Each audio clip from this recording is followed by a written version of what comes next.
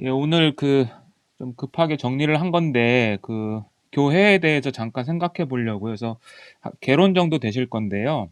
이거를 통해서 이제 저희가 교회를 이렇게 청주에서 시작을 하시니까 이런 부분들이 좀 도움이 됐으면 하는 바람으로 정리를 했습니다. 그래서 제목은 교회란 무엇인가라는 겁니다. 자, 우선 첫 번째입니다. 여기 밑에 고린도전서 1장 2절 3절을 제가 기록해 놨는데요. 제가 한번 읽어 보겠습니다. 고린도에 있는 하나님의 교회 곧 그리스도 예수 안에서 거룩하여지고 성도라 부르심을 받은 자들과 또 각처에서 우리의 주 곧 그들과 우리의 주 대신 예수 그리스도의 이름을 부르는 모든 자들에게 하나님 우리 아버지와 주 예수 그리스도로부터 은혜와 평강이 있기를 원하노라, 이렇게 제가 기록을 해놨는데요. 여기 위에 그림 보이시죠? 여기 위에 우리가 교회라고 할 때 교회는 건물을 가리키는 게 아니라는 겁니다. 교회는 고린도전서 1장 방금 읽은 이 본문 말씀에 정확하게 정의가 기록되어 있어요. 제가 밑줄 두 군데를 해놨는데요. 여기 보면 그리스도 예수 안에서 거룩해지고 성도라 부르심을 입은 자들, 그리고 주 대신 예수 그리스도의 이름을 부르는 모든 자들이 지금 바울은 고린도에 있는 하나님의 교회다라고 했습니다. 고린도 교회는 다른 어떠한 교회들보다도 굉장히 문제가 많았던 교회였죠. 그래서 바울이 이제 총 4번의 서신서를 기록을 하게 되는데, 남아있는 거는 현재 이제 2개의 서신서, 고린도 전서와 후서라고 부르는 이 2개의 서신서가 남아 있습니다. 고린도 교회는 은사가 풍부했지만 그들에게 가장 큰 문제가 뭐냐면 사랑이 없었다는 거죠.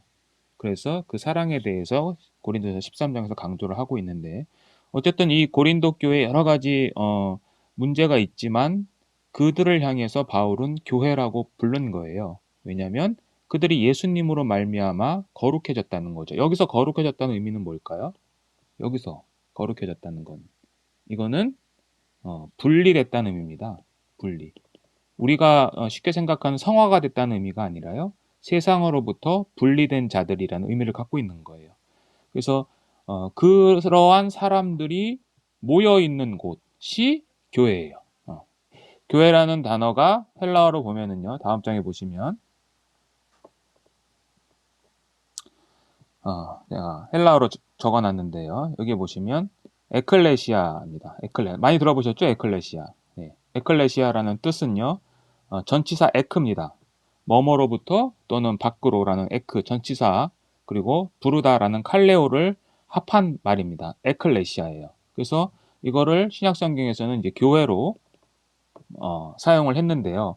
원래 이 에클레시아라는 단어는요, 그리스어, 그러니까 시민의 공적 목적으로 모이는 모든 집회를 가리켰고요. 원래는 종교적인 의미가 없었습니다. 그러니까 에클레시아라는 뜻은 교회가 아니었어요. 원래는.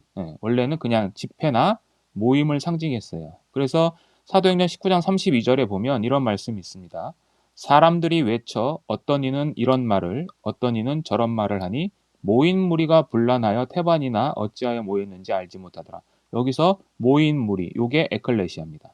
그러니까 원래 쓰던 단어였어요. 이거를 이제 교회가 채택한 거예요. 에클레시아로.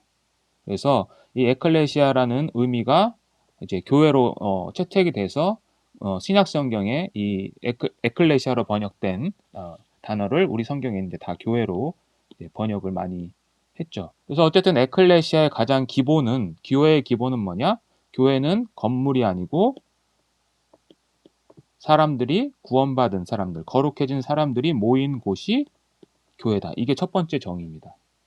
그래서 교회는 나 한 사람과 주님, 이건 교회일까요? 교회가 아닐까요? 이건 교회가 아닙니다.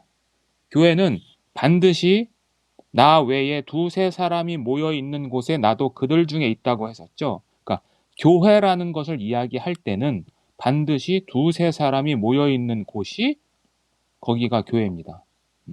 그래서 이 두세 사람이 모여 있기 때문에 이 교회는 이제 나중에 조금 더 구체적으로 가면 이 교회 안에는 가장 필요한 게 뭐냐면, 첫 번째는 사랑이 있어야 되겠죠. 주님의 이름으로 모인 곳이기 때문에. 그리고 사랑 플러스 섬김이 있어야 돼요. 이게 아주 뼈다가 되는 교회의 기초적인 진리라고 할 수 있습니다. 그리고 여기에는 이제 많은 사람들이 모여있기 때문에 여러 가지 형식이나 또는 크게 얘기하면 질서가 필요한 거죠. 그래서 이 교회 안에는 이런 것들을 통해서 형성이 된다라고 보시면 됩니다. 자, 그래서 이 교회라는 에클레시아라는 이 말씀을 사도 바울이 가장 많이 사용했지만 우리 주님께서도 이 교회라는 단어를 사용하신 본문이 있습니다. 그게 어디냐면 마태복음 16장 13절에서 18절 말씀이세요. 제가 한번 읽어보겠습니다. 예수께서 빌립보 가이사랴 지방에 이르러 제자들에게 물어 이르시되 사람들이 인자를 누구라 하느냐? 이르되 더러는 세례 요한, 더러는 엘리야, 어떤 이는 예레미야나 선지자 중에 하나라 하나이다. 이르시되 너희는 나를 누구라 하느냐? 시몬 베드로가 대답하여 이르되 주는 그리스도시요 살아계신 하나님의 아들이시니이다. 예수께서 대답하여 이르시되 바요나 시몬아 내가 복이 있도다. 이를 내게 알게 한 이는 혈육이 아니요 하늘에 계신 내 아버지시니라. 또 내가 내게 이르노니 너는 베드로라. 내가 이 반석 위에 내 교회를 세우리니 음부의 권세가 이기지 못하리라. 이 말씀을 통해서 우리가 알 수 있는 것들이 여러 개가 있는데요. 제가 조금 구체적으로 말씀을 드리겠습니다. 첫 번째는요. 예수님이 질문을 하셨어요. 자, 이제 예수님이 갈릴리를 시작하셔가지고 뭐 유대 지방이나 갈릴리 이쪽 가이사라 지방에서 활동을 많이 하셨죠. 그 사람들이 이제 예수님에 대해서 궁금해하는 거예요. 그래서 이제 예수님께서 제자들에게 물어봅니다. 사람들이 누구라고 하느냐 나를. 그랬더니 뭐 선지자 중에 하나다라고 얘기를 했습니다. 그래서 제자들에게 물어본 거죠. 그래서 너희는 나를 누구라 하느냐 이렇게 얘기했는데 예수님께서 지금 자신을 가리켜서 인자를 누구라 하느냐 그랬어요. 인자. 인자라는 말이 굉장히 중요한 단어인데요. 예수 그리스도 당시에 자 유대인들은 메시아를 고대했잖아요. 메시아를 가리키는 용어가 뭐였냐면 다윗의 아들이에요. 많이 들어보셨죠? 이 당시에 이 성경에 기록된 단어뿐만 아니라 많은 사람들이 이 메시아를 기다렸는데 이 다윗의 아들이라는 이 메시아를 가리키는 이 용어는요. 정치적인 메시아예요. 그래서 그 당시에 이스라엘 백성들이 고난의 삶을 살고 있었기 때문에 그 로마의 압제로부터 이제 벗어나서 독립하고 강한 나라로 되는 그러한 어떤 정치적인 메시아를 기다렸기 때문에 다윗의 아들이라는 표현을 메시아를 가리키는 용어로 사용했습니다. 여기 시편 149편 6절에서 9절에 보시면요. 이게 정치적인 메시아를 가리키는 많은 성경 구절 중에 하나입니다. 그들의 입에는 하나님에 대한 찬양이 있고 그들의 손에는 두 날 가진 칼이 있도다. 이것으로 문나라에 보수하며 민족들을 벌하며 그들의 왕들은 사슬로 그들의 귀인은 철고랑으로 결박하고 기록한 판결대로 그들에게 시행할지로다. 이런 영광은 그의 모든 성도에게 있도다. 할렐루야. 이게 그 당시 정치적인 메시아를 고대하는 그러한 하나의 예언으로 이 유대인들은 많이 받아들였습니다. 그래서 이런 정치적인 메시아를 행동으로 옮긴 사람들이 지난 수요일 날 제가 잠깐 말씀드렸던 젤롯 당이라고 하는 열심당원들이죠. 열심당원들. 그래서 예수님의 제자에도 젤롯 시몬이 바로 이 열심당원이었죠. 그러니까 무력으로 독립을 꾀하고 이러한 권력, 정치적인 메시아를 기대하던 사람들의 집단을 이제 행동으로 옮긴 사람들이 젤롯 당인데요. 자, 그런데 예수님은 자기를 지금 무엇이라고 얘기를 하셨냐면 다윗의 아들이라고 얘기하고 하지 않고요. 여기 인자라는 표현을 하셨습니다. 인자.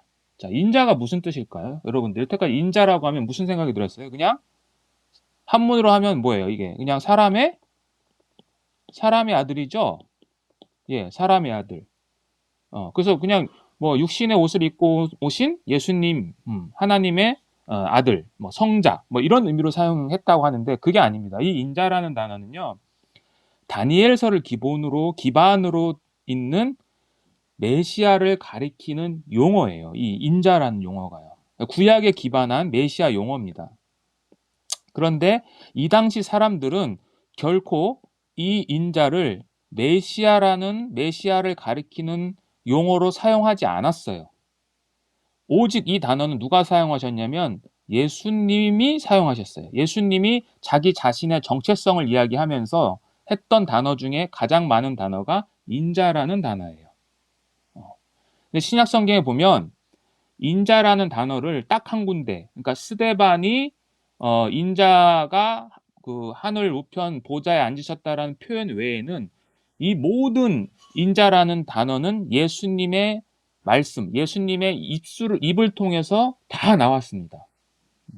그러니까 예수님이 자기를 가리켜서 인자라고 하는데 이것은 다니엘서에 있는 거예요. 다니엘서에 보면 다니엘서 7장에 보시면 13절에 이런 표현이 있습니다. 인자 같은 이가 하늘 구름을 타고 와서라는 표현이 있어요. 그래서 이 인자 같은 이가 이제 나중에 다니엘서를 한번 읽어보시면 이 인자 같은 이가 누구냐면 나중에 오실, 좀 어려운 말로 얘기하면 종말론적 메시아를 가리키는 특수한 용어입니다. 그래서 그 인자 같은 이가 하늘 구름을 타고 오신다는 것은 구약 성경에서 구름은 하나님의 운반체로 이해했습니다. 유대인들은. 그래서 하나님만이 타고 다니신다라고 그들은 이해했어요. 근데 사람의 아들 같은 그가 하늘 구름을 타고 오신다라는 것은 이 인자가 곧 구약으로 보면 하나님이고 신약으로 와서는 이게 바로 예수 그리스도가 되시는 겁니다. 그래서 계시록 1장 7절에 보면 그가 구름을 타고 오신다고 그랬고요. 거기서 말하는 그는 예수님입니다. 그러니까 이거 구약에 기반한 말씀이에요. 구름 타고 오시는 분, 하나님이 오신다 라고 얘기를 하는 거고요. 마태복음 26장에도 보시면 이런 말씀이 있습니다. 인자가 권능의 우편에 앉아 있는 것과 하늘 구름을 타고 오는 것을 너희가 보리라. 마태복음 26장 64절에 있어요. 자, 인자. 그 인자가 권능의 우편, 하나님의 우편에 앉아 있는 거고, 그리고 그가 하늘 구름을 타고 온다. 이것도 마찬가지로 그 인자가 자신이심을 이렇게 말씀하신 겁니다. 그래서 여기서 말하는 인자는 예수님께서 무엇을 물어보신 거냐면 메시아다. 내가 바로 구약 성경에서 말하는 그 메시아다라는 것을 전제로 깔고 지금 제자들에게 질문을 한 내용이었어요. 그런데 베드로의 대답이 그 질문에 아주 적합한 대답을 한 거죠. 자, 베드로의 대답입니다. 주는 그리스도시요 살아계신 하나님의 아들이시니다라고 얘기를 했어요. 자, 여기 보면 살아계신 하나님의 아들이다라고 얘기를 이거를 했다는 것은 뭐냐면 이거는 당신이 바로 신적인 메시아입니다라는 것을 이야기를 한 건데요. 이 말은 또 조금 더 구체적으로 말씀을 드리면 당시 유대인들은요. 아까 정치적인 메시아를 고대했잖아요. 정치적인 메시아를 누구를 가장 했냐면 아까 말씀드린 다윗이고요. 하나 더 보태면 다윗과 모세입니다. 그래서 당시 유대인들은 이 구약 성경에서 말하는 메시아를 인간으로만 생각을 했어요. 그러니까 인간이긴 인간이긴데 그러니까 초능력, 인간의 한계를 넘어서는 아주 그러니까 뭐라고 해야 돼? 슈퍼내추럴한 그러한 사람이다라고 생각을 했는데, 그러니까 사람이다라고 생각을 했는데 베드로의 고백은 그게 아니라 하나님의 아들, 그러니까 신적인 메시아이다라는 것을 고백을 한 거예요. 그러니까 이 베드로의 고백은 주님의 질문에 가장 합당하게 대답을 한 거죠. 그래서 제가 두 번째 교회의 정의는 뭐냐면요. 두 번째 교회의 정의는 교회는요. 아이고 너무 지나네요. 그리스도의 메시아적 사역에 의해서 세워지는 겁니다. 교회는요.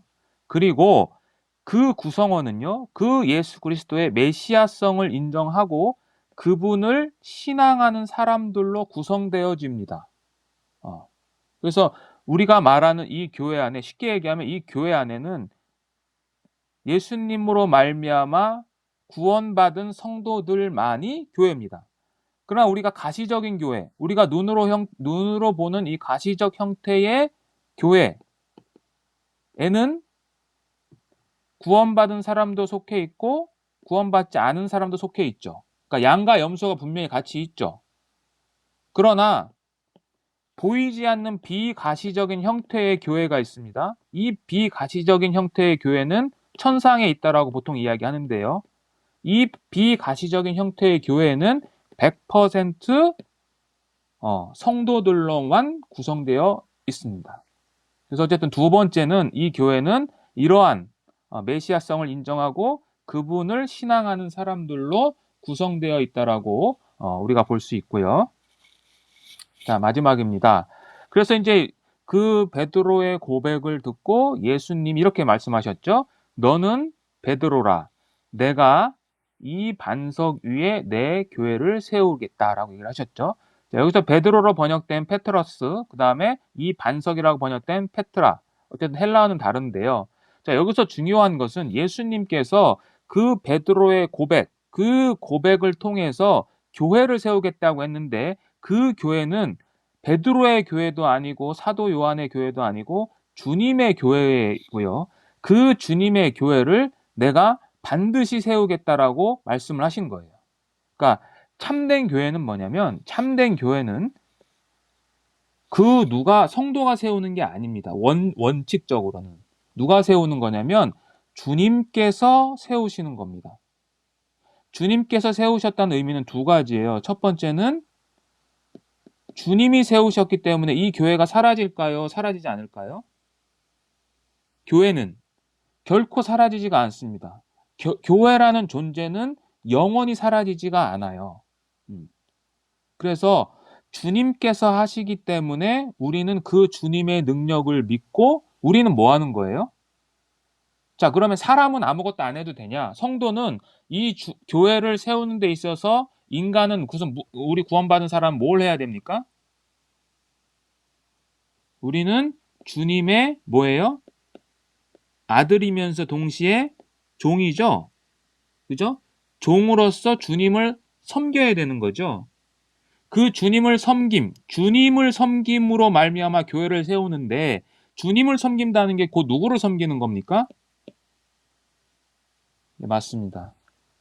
주님을 섬긴다는 거는 눈에 보이는 형제 자매를 사랑과 섬김으로 가는 거예요.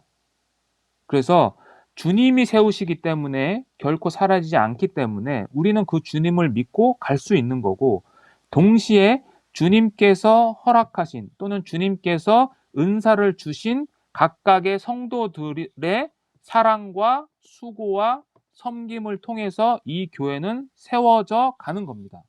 그래서 우리 형제 자매님들이 이것을 명심을 좀 저뿐만 아니라 해서 우리가 이 땅에 예수님께서 말씀하신 교회를 세우는 데 있어서 한 분도 빠짐없이 이러한 사역들을 통해서 또 각각의 가지고 있는 은사들을 통해서 이 교회, 주님께서 말씀하신 주님의 교회를 세우는 데 있어서 우리가 가야 된다는 거죠.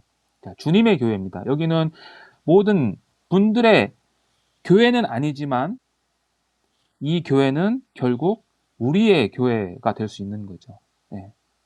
주님의 이름을 받드는. 그래서 제가 짧게 좀 이거에 대해 정리를 했는데요. 시간을 좀 제가 내서 앞으로 그럼 이 교회에서는 어떻게 우리가 구체적으로 해가야 되는 건가 이런 것들에 대해서 계속해서 좀 나누는 시간을 갖도록 하겠습니다. 여기까지 오늘 간단하게 정리 드렸습니다.